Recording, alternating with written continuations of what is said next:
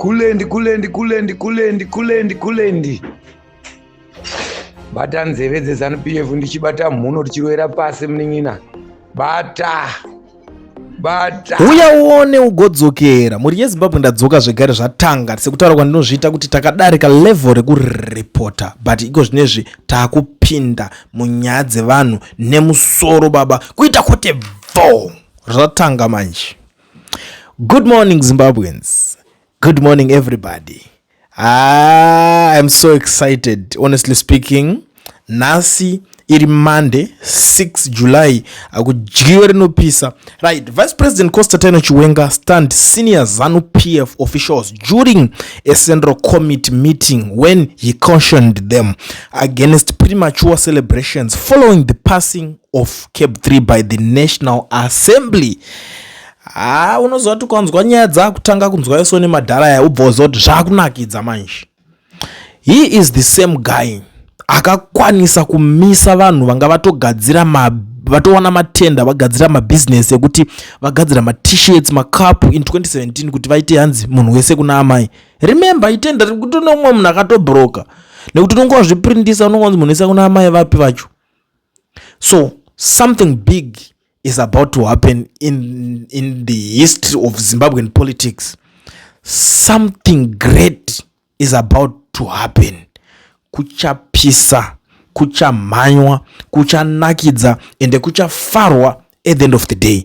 Atizota chamanya ndeupi kana tachafara ndeupi, it's up to you kuti uzonzwisisa kuti iwe uri kutarisira kuti achada kufara ndiani, because dzimwe nyaya dzacho adziri kuzitaura premature. But ndangofarira kungoti iye agara aonesa vanhu kuti aiwa kucelebrate amungomhanyika kungomhanya kucelebrate chamuri kunyatsonzwisisa ipapo chi arisati rasainwa bill eri.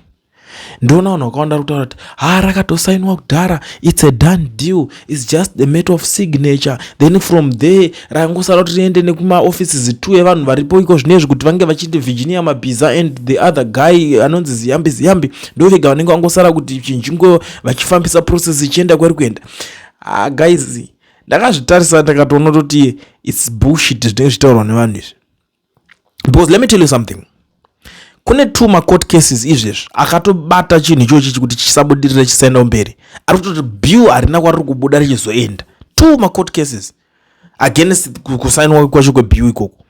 Kune imwe futi yakagadzirwa new movement yekustopa chinhu ichochi yakagadzirwa nana Jameson Timber, the likes of Anatenda Ibiti, the likes of Job Scala. I heard good Job Scala and Love Maduku, they are part of that organization yakagadzirwa nyowani yekungostopa that signature kuti inge ichiitika. So we are so excited kuti tichiri kukwanisa kuwana vanhu vane ushingi wakakura kusvika ipapo, because pakashayikwa vanhu ivavo hakuna kwachinoenda chinhu chacho. Zvinhu zvese zvinokupedzera zvangoenda musango vanhu vakungoningina. But ndichandangokwanisa kutaura nemi nje kuna achabroka, kune achachema mahara, kuna achaita business rake rikatadza kubudirira like zvakaitika 2017. Komana unotozvishaya kuti zviri kuitika, because like zvinhu zvaakuitika izvezvi zvimwe zvacho hazvichanakidzi. Kutaura pachokwadi chepo hazvichavaredze. Unongonzwa nyaya dzakasiyana siyana. Nhasi ninga adai so, nezuro kwazodai so, umwe nhasi adai so, uori ugananda, ubvanzu. A lot is going on. But without wasting much of your time muri Zimbabwe, rekedza tigare tapinda mune dzimwe nyaya dziri kuitika, because ikai inonyaya yekuti inoda kungonzi ari kuruma nzeve ndewe kwako tungoona zvinhu zvine zvichiitika. Right, nezuro Douglas Monzora akatraya kuda kuita yavanoti rally yavo asi zvinhu hazvina kubudirira. I can't say nezuro, sorry, marimwe zuro, it was Saturday 4 July. Yes, ndo pakatraya kuda kuita rally yake, pakamuka pakazara mapurisa vakomana. Ndisati ndakamboona nhamba inini ndinotoshamisika ini. Pakanzi pari kuitwa kana chinja kana mhosva or something, unoona kuti na 1 mupurisa kana vanga kuti kudzora hatina transport. Do you still remember painzi paitsvagwa vakomana vaya vainzi vari kuita zvekuponda vanhu zvekudidi, waigona kuti nzwa mupurisa unzi kwanzi kwa munhu uya tamuona ari kupfuura pakati kuti hatina mota yekuti tikwanise kunomutsvaga. but mota yekuti vaende kunovharira dhagi kuti aite irali yake, mota dzekuti tikati yekuti tinoita kutokanganisa kutaura mota dzekuti vaite zvinhu izvozvo dzanga dzakawandisa kutakura big number, huge number, only because tiri patime yesignature. They are protecting that signature by all means. They want the whole thing kuti chibudirire. They are so desperate kuti chinhu chaicho chinge chichiitika. I understand kuti ma-efforts ari kuiswa anogona kusabudirira, ndozvinzwisisa izvozvo. Anogona kusaenda neipapo ureti zvinhu zvinomiswa pakati kana kudii, but totarisawo futi the other side kuti ko zvikabudirira futi zvinozofamba sei, and we will be the ones to celebrate at the end of the day. So ngonzo ranga akamiswa akaiswa mukona kanzi hakuna zvauri kutaura zvacho zvese, it's bullshit. And I was like, wow, munotokwanisa kutoodzanawo nevanhu izvozvo, mukukwanisa kutomuudza raw. Ndichibva ipapo toda kubata update about nyaya dzemari dziri kunetsa idzi. Wiki inochibvayo akaenda kuState House nezuro achinovhizitira President Mnangagwa. Apindawo ndo parito kuti akaoneswa kanzi donate 1 million kune vanhu vari kuSouth Africa. So according to my understanding, mukomana akaudzwa kuti iwewe ndima vanhu vari kutitukisa because muri kungopfachura mari zvinhu zvisina kana direction. Vanhu vari kungovari stranded vakastagwa kuma kutanga mari dzenyu dzemushonga sei. Why can't you help the poor? Why can't you help those in need than kungotenga mota uchinzi uri kupa vanhu vanazvo kudhara? Does that make any sense to you? So hazvina kumeka sense, hazvina kutombomeka. So for the first time wiki inochibvayo is donated $1 million to help maZimbabweans ese vari muSouth Africa muno. It's something chekuti chakabudirira after pambotaurwa nyaya, pambobuda bogus rimwe rinonzi Tagwire ritaurwawo nyaya dzaro richinzi hanzi bogus rapledger 1 million. You know, I was the first person to ask them kuti kana mapledger yasvikira kunani, because we want to know. This is not something to play with. Tiri kuzoisa zvakadai, so tiri kumobilize zvakadai zvakadai. What are you mobilizing? Hey, toda kumobilize mabhazi nechi sit down.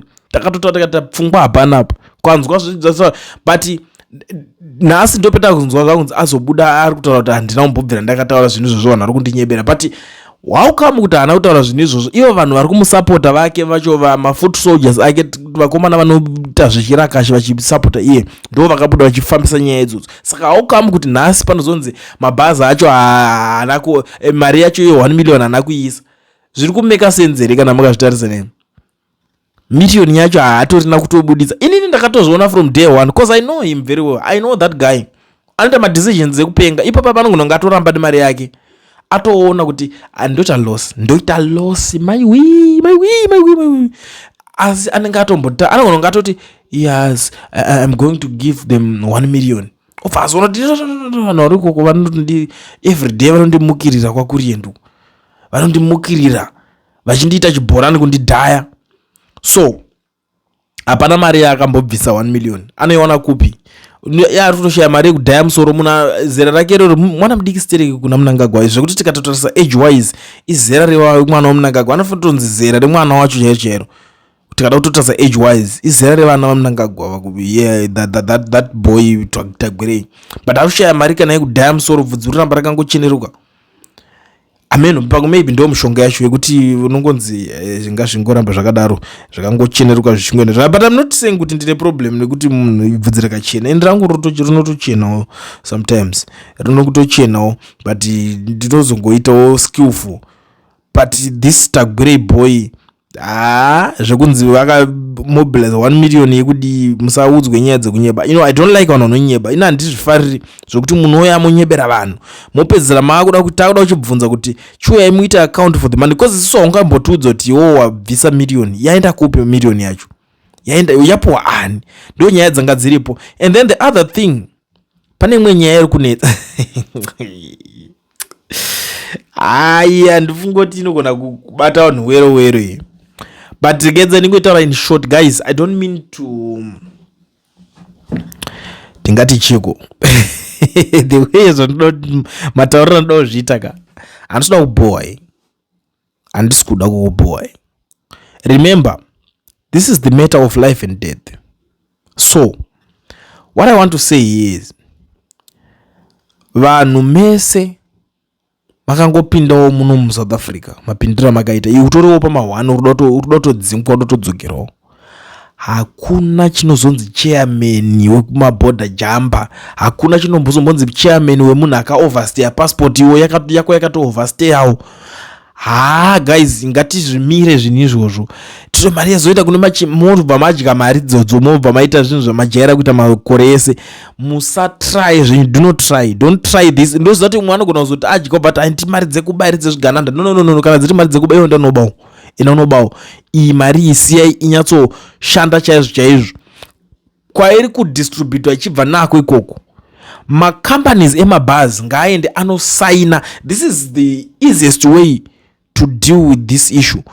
Companies emabhazi ngaaende anosaina kuti week now tauya tikutorawo mari dzedu panapa. Tanzwa kuti vanoenda kumaoffices anova direct.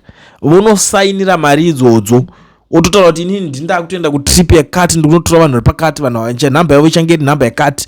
Unotakura vanhu. Mabhazi achifura chitora mari, vanofanira kutobva vatotora mari dzavo. The easiest way now is kuti because varidzi vemabhazi acho vari kuZimbabwe ikoko. Saka what they should do, ngavaende kumaoffices acho awiknewo vonogara vanoita dhiri ravo, voverengerwa mari dzavo, then vozongomobiliza voudza mabhazi avo kuti bhazi mukira, bhazi nanga, bhazi enda kwakati. Ndo the only way inoshanda.